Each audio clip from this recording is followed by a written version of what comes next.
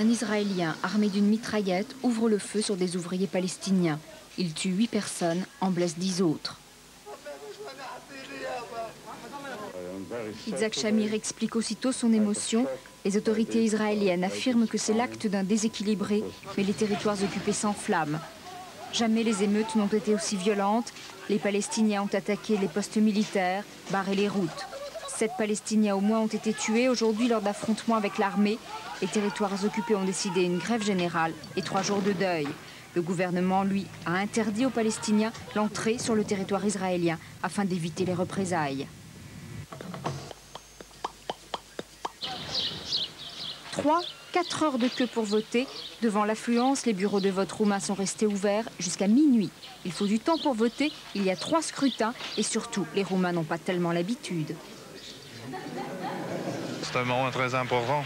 C'est la première fois dans notre vie que nous pouvons voter librement, nous exprimer nos opinions, nos vraies opinions.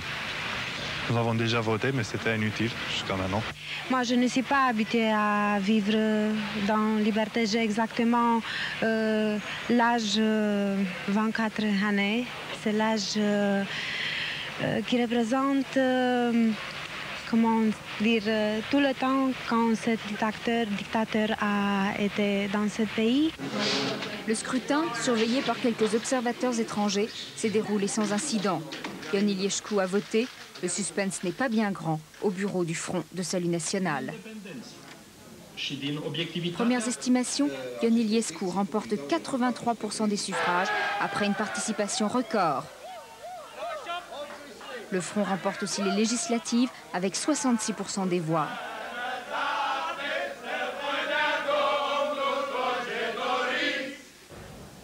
Mais sur la place de Bucarest, les opposants à Iliescu, les grévistes de la faim, sont toujours là.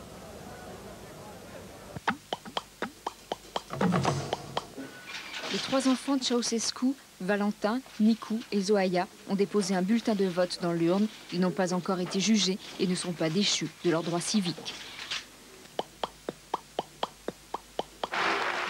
Valéry Giscard d'Estaing ne veut pas du Front National. Devant la convention des clubs Perspectives et Réalité, il a répondu à ceux qui l'accusent de rester silencieux face à Jean-Marie Le Pen.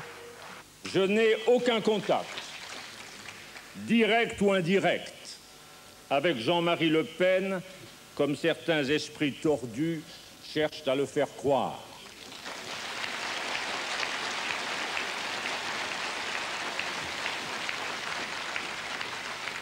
Et je ne me prêterai à aucun accord politique. Nos valeurs sont incompatibles et chacun a pu vérifier que je ne transige pas sur mes valeurs.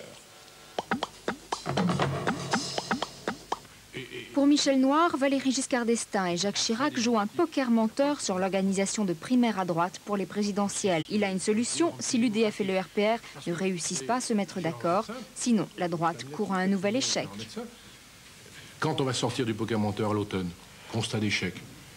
Alors, vous pensez bien qu'avec nos amis de la Force Unie, on va dire, bon, maintenant, si vous voulez bien, nous allons essayer de vous proposer une thérapie.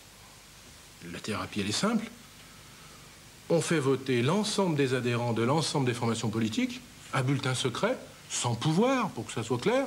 Et vous allez voir qu'à 80%, ils vont dire « oui, il nous faut une formation commune ». Parce que les adhérents des formations politiques, ils ont aussi envie qu'on en sorte de ce système, qui est un système de l'échec.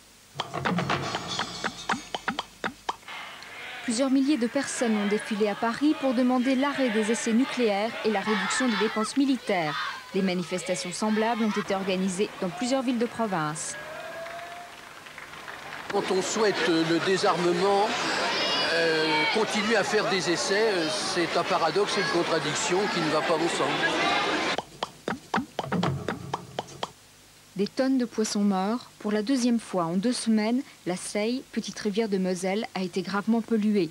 L'origine et la nature de la pollution sont encore inconnues. Ce pourrait être du lindane, un produit toxique contenu dans des pesticides.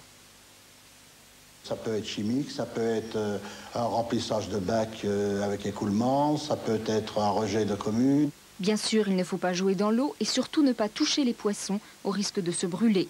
Les pêcheurs sont au désespoir. Il faudra au moins 3 ans pour repeupler cette rivière particulièrement poissonneuse.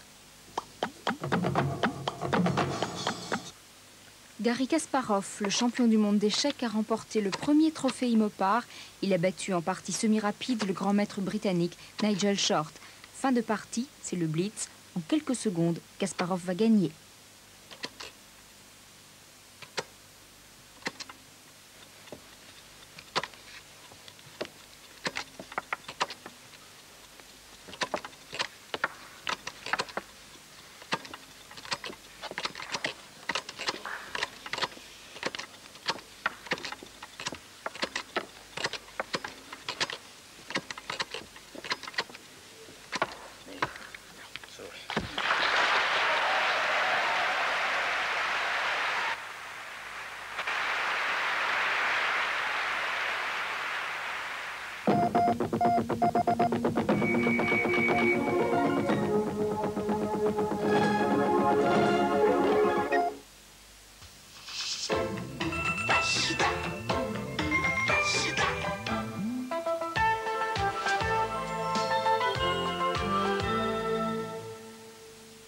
Le temps sera généralement variable demain matin sur l'ensemble du territoire.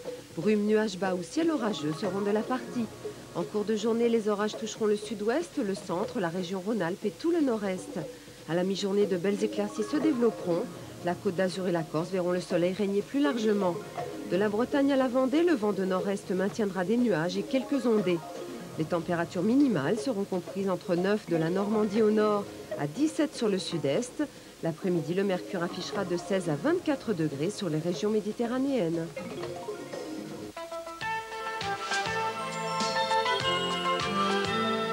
L'assurance auto qui se paie au kilomètre.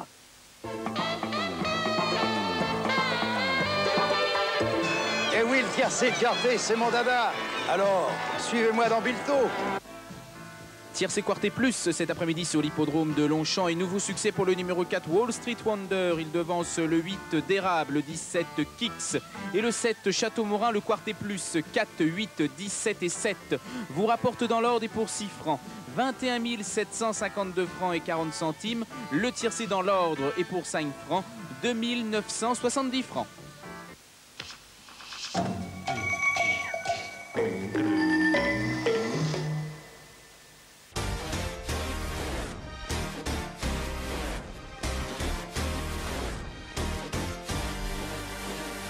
His name is Robert Paulson.